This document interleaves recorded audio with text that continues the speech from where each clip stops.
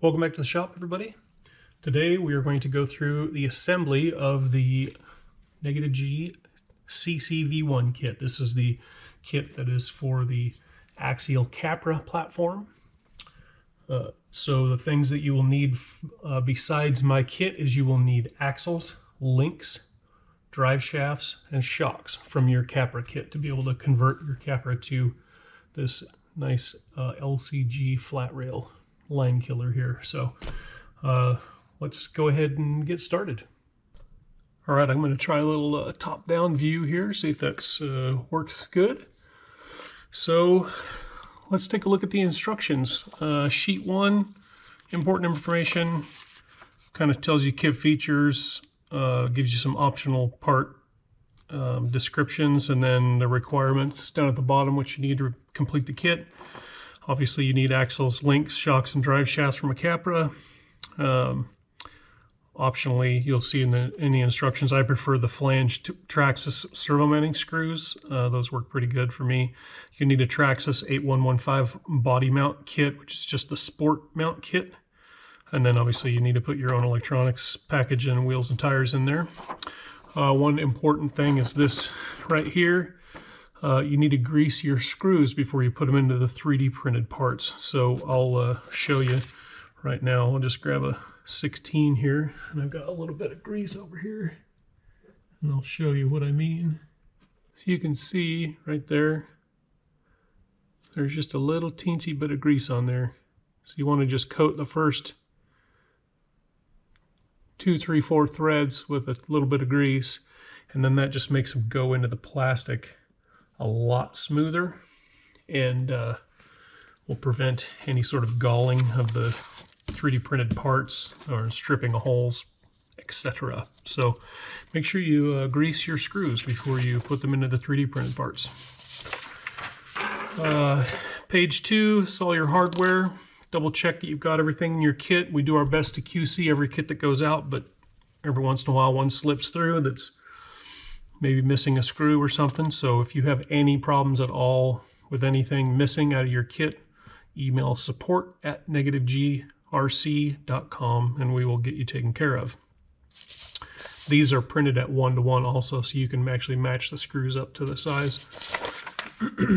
Next 2 pages are just 1:1 depictions of all the 3D printed parts that come in the kit, so you can match those up if you want, and the carbon bumper pieces.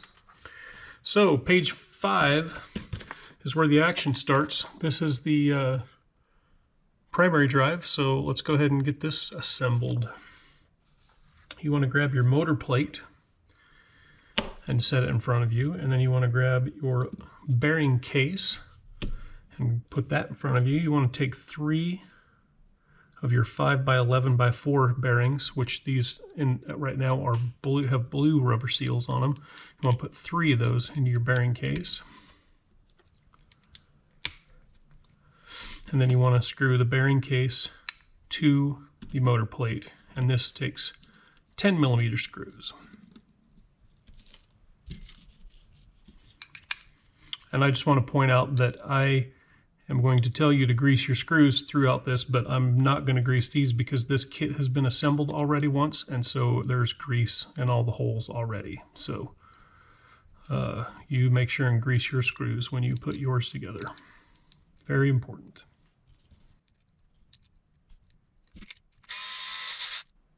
I also want to point out that if you are using a powered screwdriver like this, you want to tighten these up to about 90% or so, and then you want to finish tightening them with a hex driver. You don't want to use your powered screwdriver and just slam these things home, because you will definitely strip something out. So, and you can, I mean, you don't have to be super ginger with stuff. I mean, you can, I'm putting a decent amount of torque into these plastic parts. You just don't want to over tighten them. But you do want to make sure that they are snug. So there's your bearing case installed onto your carbon fiber motor plate. Next thing we want to do is we want to grab these 2 flathead / countersunk 8mm screws and put on the passenger side motor plate mount, and you notice that there's a part number printed into one side of this that goes towards the frame rail, so that goes towards the outside.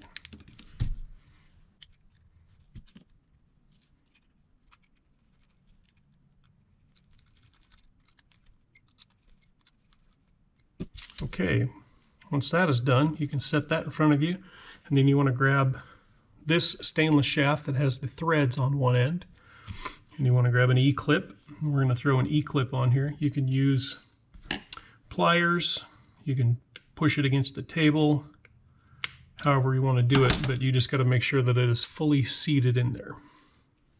And then you can go ahead and insert that into the primary drive here. And just FYI, so this E-clip goes down inside this the 3D printed bearing case, and so if there's any kind of resistance or anything like that, you can actually use a hobby knife and just kind of clean that hole up just slightly if you need to. If it's rubbing a little bit, there's no problem with that. You don't need to take a bunch, just enough for it to clear, but it should turn nice and smooth. So then you want to grab your 5x5 aluminum spacer, throw that on here, and then you want to grab your 10mm dowel pin, slide that in, and then your spur adapter goes on next. Then you need your 4mm washer and your 4mm nut. And then you can go ahead and tighten that down with a T-wrench or whatever you've got. There's that, spinning nice and smooth. And then you've got, this is your Incision 52 tooth spur gear. These spur gears are dual pattern, so they actually work on, this is a version 2 black spur adapter. The originals had a silver spur adapter that only worked with one pattern on here, but these work with the larger pattern. So these spur adapters will take different brands of spur gears, including Kimbrough. We used to include Kimbrough spur gears in our kits, but we decided to switch to Incision because they make nice stuff and they're easy to deal with. So you use 3 6mm screws to put your spur gear on. Just make sure you don't over tighten the spur gear onto the spur adapter. Did I get that in the wrong hole? Or was I looking at the hole?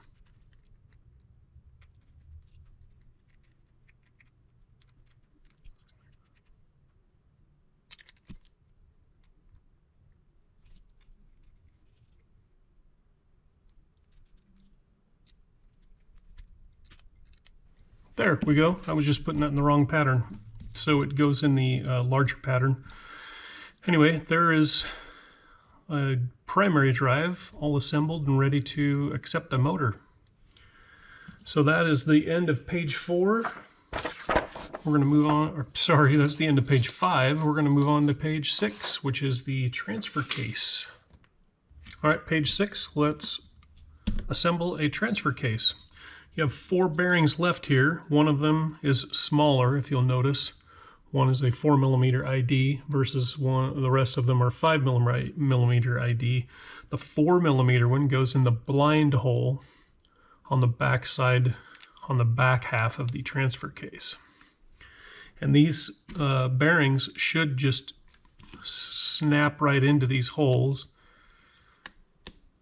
You should just be able to push them in with your thumb. Should be pretty easy to do.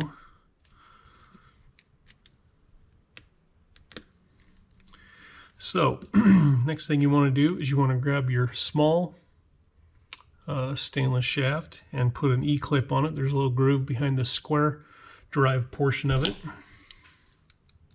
You want to snap that on and make sure that that is aligned properly. And you can also, if you see the square part, you can also rotate this E-clip so that the little middle tab lines up with one of the corners, and that way it won't be misaligned or anything. So that's how you put that on there. And then this small gear obviously goes on the top. And here's the assembly order for the bottom shaft. You want to insert the cross pin first, the 12mm cross pin first, then put your gear on, and then put your E-clip on. Otherwise, it will not go together.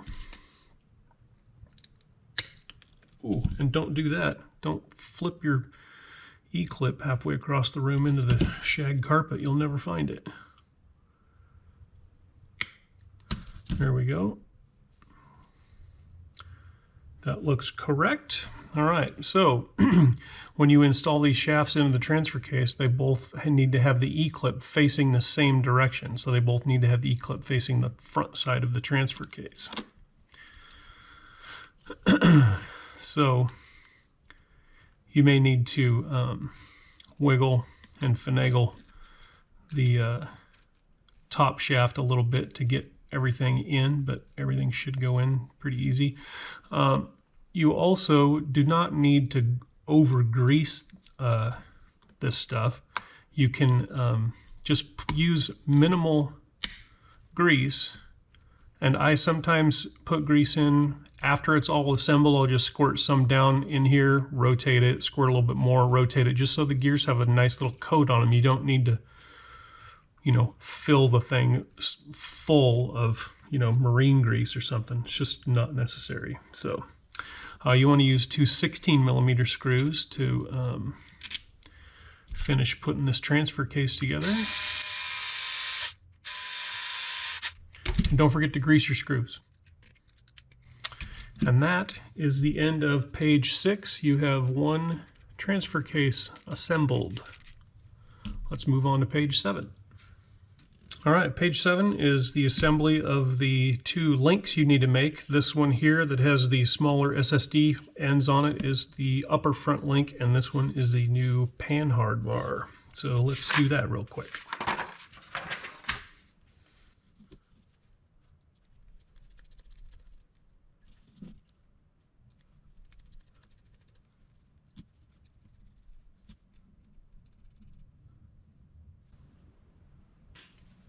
And there is an upper front link all done. Let's do the panhard bar next.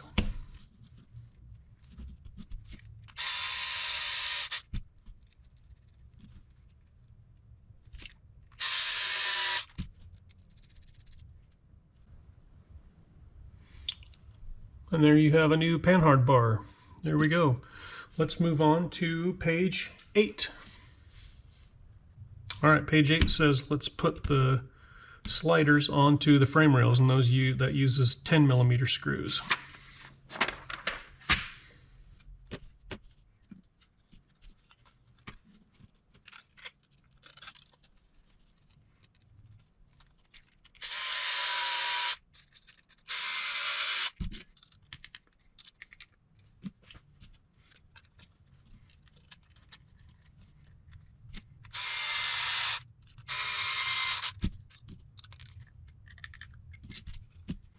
All right, that's the end of page 8. Let's move on to page 9. All right, page 9 is a biggie. This is where you install all of the 3D printed parts and the front bumper and the motor plate and primary drive assembly into the chassis. This is all pretty straightforward, so we're just going to zip right through this and get it done.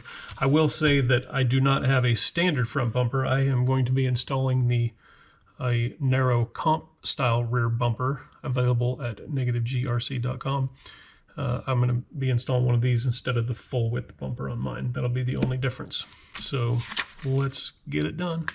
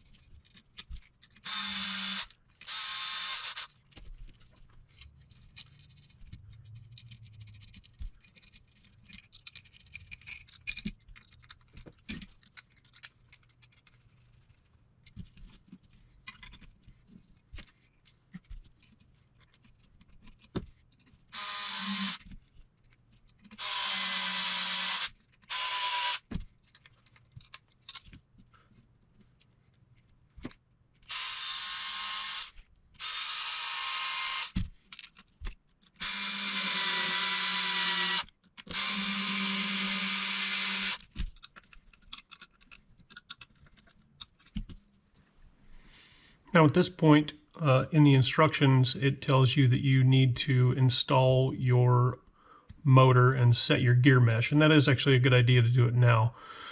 You can do it afterwards, but you got to loosen up and rotate a few things around, so it's a lot easier if you set your mesh now while you're putting the motor plate in the chassis.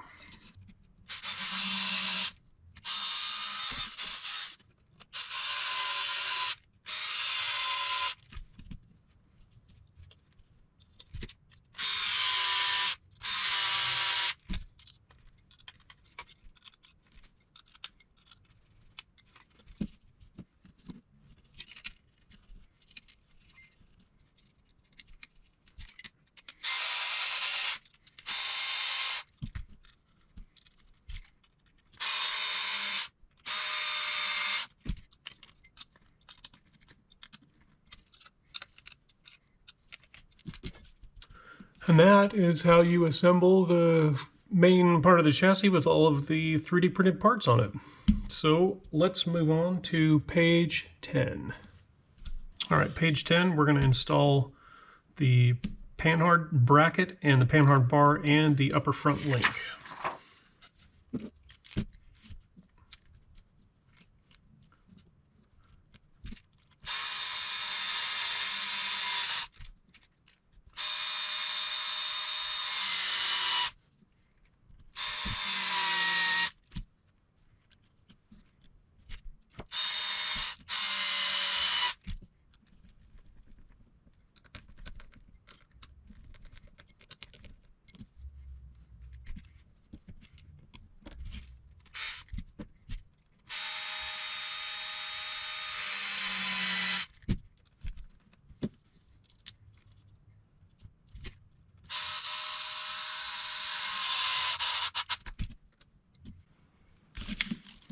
All right, and there we have the panhard bracket and the upper front link and panhard bar all installed. Let's move on to page 11. So sheet 11 and 12 are installing links. Sheet 11 shows you got a 16 mil screw with a lock nut that goes on the outside of the frame rail and the upper hole. I have included two 20 millimeter screws also. If you want to adjust your anti-squat, you can replace the 20 millimeter screws that go into the sliders. You can replace the 10 millimeter screws that go into the sliders with this 20 and then lower these links down if you want to play around with your anti-squat. So that is an option for you. And then sheet 12 shows installing the lower links. So you get 10 of those Revo rod ends in this kit. You need to take all of your stock lower Capra links, remove the axial rod ends, and you need to replace them all with the included rod ends and tighten them down fully, tighten them down all the way. And of course, obviously make sure they're aligned and everything, but you need to replace all 8 of the rod ends on the lower links. I've already done that because all of my links are already connected to my axles. So I'm not going to demonstrate swapping those ends out. That's pretty self-explanatory. So I just wanted to highlight that you can adjust your anti-squat by moving from the upper to the lower hole, and you need to replace all 8 of your lower rod ends with the included Revo ends. And then these 30 millimeter screws is how you screw everything into the skid plate. So I just wanted to go over that real quick. That's pretty self-explanatory. All right, page 13 is the Servo install page. This is where I mentioned the Traxxas 3931 screws that I like to use. You can use whatever screws you want, obviously. You need to use a minimum 24 millimeter servo horn for all the negative G kits, including this one, and that's from the center of the servo shaft to the hole that you're using. 24 millimeters minimum on that. So go ahead and install your servo and your stock axial drag link and servo horn for this step. All right, page 14 is installing the transfer case. two 18 and two 16 millimeter screws from the bottom, and then you can go ahead and install your prop shaft with the included screw pins that come in the shaft in the package, in the GRC package. So I am actually going to go ahead and install the transfer case, and I'm going to install both axles and kind of cover a bunch of sheets all in one, since mine are all assembled with the shocks and the links and everything on it. So I'll come back and give you a couple of pointers on some important things, and I'm going to do all that off camera though. Okay guys, let's review pages, what do we got here, like pages 13 through 15-ish. So start out by swapping all your rod ends out, getting your lower links installed, getting your upper rear links installed with the stock ends. Once you get all that done, then when you get to page 15, you want to make sure that you use 3 millimeter spacers in between your shock and the frame rail on all four. And you also want to make sure that when you put your upper front link on, that you put the spacer, you put the link on the outside of the frame rail, and you put the 3 millimeter spacer between the rod end and the frame rail. That's pretty important for spacing and for drive shaft angle. Transfer case, pretty standard. Just put your two 16s and your two 18 mil screws in from the bottom on that, and install your prop shaft. You can do the prop shaft before or after you screw that on. It's probably easier to put the transfer case on and then put the prop shaft on. Once you get done with that, then it's pretty much electronics and wheels and tires. So that is a complete CC build. Again, if you have any questions, excuse me, if you have any questions about anything, or if you need some help, send an email to support@negativegrc.com, or you can join the Facebook group, link in the description. There's a bunch of guys in there who have built all three of these chassis that can be a big help if you have any issues. I will also say, and it also says in the instructions here too, the recommended setup for these is a full droop setup, and that's why your kit comes with these rubber bands. So you want to run soft springs. You also want to run your rubber band limit straps, and you want to run it as full droop. So you want to have that suspension compressed as much as possible with those rubber bands. And then what those do is those limit your droop, but they still allow articulation. So if you have any questions about that, just join the group. Make sure you answer the questions to get into the group, and ask in there. There's a ton of help in there. A lot of good guys. It's a pretty positive environment in that group. We have a lot of good members that like to help out. So anyway, that is the CCV1. Links in the description.